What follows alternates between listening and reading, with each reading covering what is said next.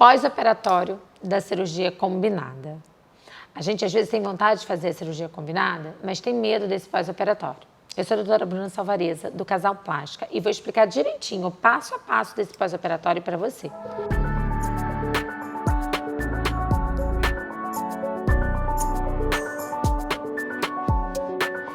Quando eu estou falando de cirurgia combinada, eu estou falando da cirurgia pós-maternidade.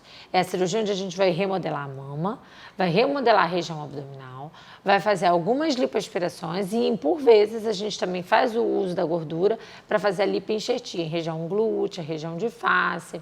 Então, é dessa cirurgia que a gente vai falar. E como é que vai funcionar esse pós-operatório de maneira específica? É muito comum nessa cirurgia a gente fazer uso de drenos na região do abdômen e na região da mama. O dreno da mama costuma sair no pós-operatório imediato. Pós-operatório imediato, estou falando no dia seguinte da cirurgia. Muitas vezes antes do paciente ter alta hospitalar. Mas o dreno do abdômen vai com a paciente para casa. Então, nessa primeira semana, quando a paciente está ainda com dreno, é comum que ela tenha uma dificuldade de trabalhar, de mexer, de viver com esse dreno. Também é importante que ela não saia de casa porque ela está com dreno e o dreno é uma porta de entrada para infecção. Então, essa primeira semana é uma semana que a pessoa vai ficar dentro de casa. Mas isso não quer dizer deitada na cama. Desde o primeiro dia de pós-operatório, a paciente já vai poder levantar da cama, vai poder ir ao banheiro, fazer xixi, necessidades básicas, vai tomar banho no chuveiro. E o banho acontece 48 horas depois da cirurgia, onde a paciente vai tirar os curativos da cirurgia. E esse banho vai acontecer debaixo do chuveiro, com água e um sabão específico. Eu vou falar aqui algumas marcas, Suapex, Dermacide, são sabões que têm uma propriedade bactericida. O paciente vai tomar banho com esse sabão, vai secar. Nas nossas cirurgias, a gente sempre usa a cola cirúrgica. Então, vai ter um curativo secundário, que é essa cola cirúrgica, e essa cola não é para ser retirada. O paciente vai passar álcool na cola e vai colocar a cinta modeladora já no pós-operatório, já no após-banho imediato. Também vai haver o acompanhamento da equipe de pós-operatório, que vai fazer a drenagem cirúrgica, que em geral é depois desse banho. Já nesse primeiro dia de pós-operatório, a paciente então vai estar levantando da cama, vai estar tomando banho no chuveiro, vai estar fazendo pequenas caminhadas. A gente costuma orientar essa paciente para a cada 2 horas levantar de onde ela estiver e caminhar, para fazer essa circulação sanguínea acontecer, né? E isso também diminui muito o risco de trombose. O risco de trombose ele é tratado associando esse caminhar precoce ao uso de meias. No intraoperatório, a gente usa aquela bomba, né, aquela meia compressora, e no pós-operatório, que é uma meia mesmo que a paciente vai estar usando, uma malha. E o uso de medicações que evitam a trombose. Mais especificamente, a medicação que a gente usa chama Xarelto, né, que é um anticoagulante que evita a trombose. Então, a paciente vai estar fazendo todos os usos de todas essas ferramentas para a gente fazer uma boa profilaxia para trombose. Junto com isso, a gente vai ter o uso das medicações para dor. E por incrível que pareça, apesar de ser uma cirurgia combinada, dor não é a queixa mais frequente da paciente.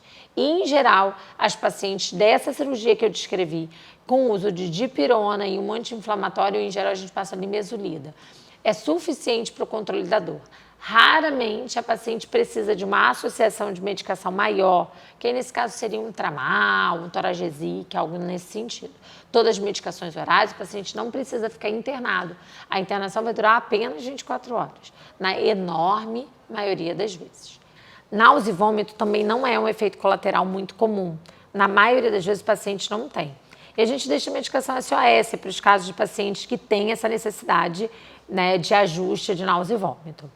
Por fim, a gente vai ter as questões de mobilização. E o paciente precisa ajustar a cama com almofadas, principalmente para não deitar completamente na cama, né? O paciente precisa ficar 45 graus. Então, as pernas elevadas e o dorso elevado para ficar com uma angulação da região abdominal em torno de 45 graus. Alguns pacientes preferem dormir naquela cadeirinha do papai, também é uma opção. Ou alugar camas de pós-operatório, é uma outra opção para o paciente. Isso, em geral, na primeira semana, até que o paciente vai vai tirar o dreno lá no consultório, né? E aí, assim, o paciente ganha bastante mobilidade quando a gente faz a retirada do dreno. Depois que o paciente tira o dreno, o paciente já ganha a capacidade de começar a sair de casa para pequenas coisas, né? Coisas que são fundamentais. O paciente ainda está numa recuperação de pós-operatório bastante precoce, mas ele começa a conseguir sair de casa para pequenas coisas, ele começa a conseguir fazer pequenas atividades do lar, por exemplo, servir o seu próprio prato, né? Sentar na sala com a família, né? Participar um pouco mais da vida familiar, e aí a vida já muda bastante. Na segunda semana, o paciente já também não faz uso de nenhuma medicação de pós-operatório, então isso já é bastante tranquilo, o controle da dor já está completamente ajustado, náusea e vômito também já está completamente ajustado. Então, a segunda semana é uma segunda semana de ganho de autonomia desse paciente. Na terceira semana, em geral, eu falo para o paciente tem um ganho de qualidade de vida muito grande. A terceira semana o paciente já diminui bastante os edemas, as equimoses já estão praticamente todas, né, ausentes ou sumindo. É o momento que a gente já começa a tirar a cola cirúrgica, já começa a tirar os pontos da cirurgia. Normalmente a maioria dos pontos estão internos, são pequenos pontinhos externos que a gente vai tirando, são os pontinhos às vezes um pontinho ou outro de ajuste, mas a maioria dos pontos são internos. A gente já começa a tirar a cola cirúrgica e, enfim, com um mês de pós-operatório o paciente ganha aí uma autonomia maior, a gente começa a reabilitar exercício físico, por exemplo.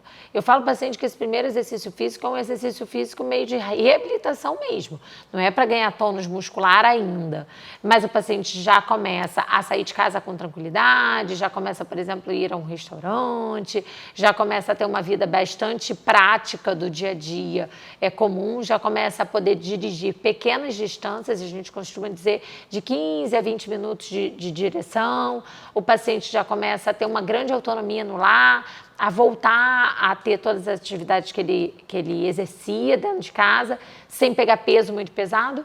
A gente costuma dizer de peso de 2 a 3 quilos, é o que o paciente está apto ali com um mês de pós-operatório. E é isso, né? Sem grandes exercícios, o paciente já tem uma grande autonomia, já tem um retorno às atividades laborais e já tem uma vida praticamente restabelecida por completo. Exercícios físicos maiores, força física maior, academia liberada, né? Isso tudo vai acontecer ali com 3 meses. Então, só com 3 meses o paciente vai, por exemplo, levantar o braço por completo, né, vai começar a pegar peso na academia, nos membros superiores. Então, todas essas atividades vão ser a partir do 3º mês. E exposição solar é o que a gente pede para o paciente segurar mais para não ter hipercromia, não ter piora da qualidade da cicatriz. E a gente vai avaliando paciente a paciente essa situação. Então é isso. Se ficou com alguma dúvida, é só deixar aqui nos comentários, ativa o sininho, segue o canal para a gente prospectar esse vídeo para mais pessoas. Beijo e até o próximo.